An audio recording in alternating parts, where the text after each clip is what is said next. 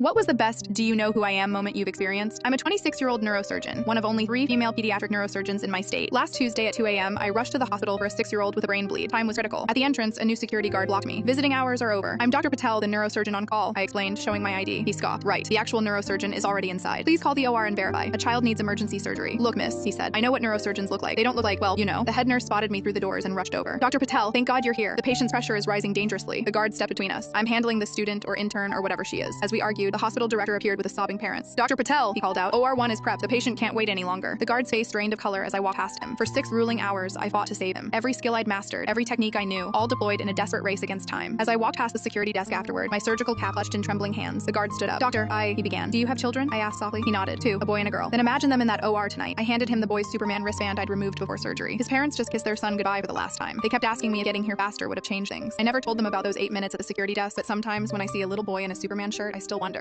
My daughter's teacher was secretly bullying her, so I set up a trap. For weeks, my 8-year-old came home crying, saying she hated school. She'd always loved it before, so I knew something was wrong. One day, she begged me not to make her go back. That's when she told me her teacher was making her eat lunch alone in the classroom while other kids played outside. Why? Because she was too slow at math. I was furious, but I needed proof. So I bought a small voice recorder and put it in her backpack. That afternoon, I listened to the recording and my blood ran cold. The teacher was awful. She'd mock my daughter in front of everyone, saying things like, maybe if you weren't so stupid, you'd have friends. My heart shattered hearing my baby cry. I took the recording straight to the principal. His face changed as he listened. He called the superintendent immediately. Within an hour, they had that teacher in his office. She tried denying everything until they played the tape. Then she broke down, admitting she'd been doing this to struggling students for years to motivate them. They fired her that day. She lost her teaching license too. But the best part? My daughter's new teacher discovered she wasn't slow at math at all. She had undiagnosed dyslexia. Last week, I watched her present a math problem to her whole class. She was smiling so bright, and when she finished, everyone cheered. That's the moment I knew we'd won. My parents sent a group message. We're giving your trust fund to your sister. She has kids. You don't. I stared at the text while sitting in my fertility clinic waiting room. 3rd IVF attempt. $15,000 each time. My husband, Eric, squeezed my hand as I showed him the message. Are you kidding me? He whispered. Today of all days. What my parents didn't know, I'd been quietly struggling with infertility for 2 years. Every family dinner, Chelsea would make comments like, when are you giving us nieces and nephews? The clock's ticking, while I smiled and changed the subject. Last Christmas, she actually said, some people are just meant to be the fun aunt instead of actual moms. My mother laughed. My father nodded along. I'd been paying for treatments out of pocket because my insurance barely covered anything. Eric worked double shifts at the hospital to help fund our dream of having a baby. We'd already spent $30,000 of our savings. The nurse called my name. Emma, we're ready for you. I held up one finger and screenshotted their message. Then I sent it to our family group chat with one addition. Attached is my medical bill from today. Still think I don't have kids because I don't want them. I included a photo of my IVF paperwork showing patient Emma Carter. Infertility treatment cycle 3. My phone started buzzing immediately. Chelsea. Oh my God, Emma, I had no idea. Mom, why didn't you tell us? Dad, sweetheart, we can fix this. Chelsea. But I already told the kids about Disney World. That last text sent me over the edge. I walked into my appointment, but I wasn't done. During the 2-hour procedure, Eric posted the screenshot on Facebook, tagging all our relatives. His caption, apparently, infertility means you don't deserve family support. Meanwhile, Chelsea just bought a $60,000 Tesla. When I came out, my phone had 47 notifications. My Aunt Kathy had commented, Emma, your grandmother specifically told me that trust fund was for medical emergencies. She struggled with infertility for 8 years before having your mom. My cousin Rob. Wait, didn't Chelsea blow through her original trust fund on that new car last year? My uncle Ed. Pretty sure taking someone's medical fund for Disney trips isn't what grandma intended. Chelsea's friends started unfriending her. Her book club leader commented, this is disgusting behavior. Even our old high school friends were chiming in. Kimberly wrote, Chelsea, this is really low. Emma's been trying for years. The post got shared 200 times in our small town. Chelsea's husband called Eric, begging us to take it down. People are staring at us at soccer practice, he said. Chelsea's crying. The next day, my parents showed up at our house, not to apologize, to ask me to delete the post because Chelsea was getting hate messages from strangers. Mom looked exhausted. This has gone too far, Emma. Chelsea made a mistake, but now she's suffering. I've been suffering for 2 years, I said calmly. Where was your concern then? Dad tried his usual guilt trip. Family supports family. We don't air dirty laundry on social media. You're right, I said. Family does support family. So here's what's going to happen. You restore my trust fund today, and Chelsea pays for my next 3 IVF cycles out of her Disney money. That's $45,000, Mom gasped. That's what she was willing to spend on a vacation while I'm trying to have a baby. They exchanged looks. Dad's phone rang. Grandma's old lawyer. Mr. Carter, I've been seeing some concerning posts about Emma's trust fund. Your mother's will specifically states that money was for medical emergencies and life milestones. Taking it for recreational purposes could void the entire estate. Dad's face went white. We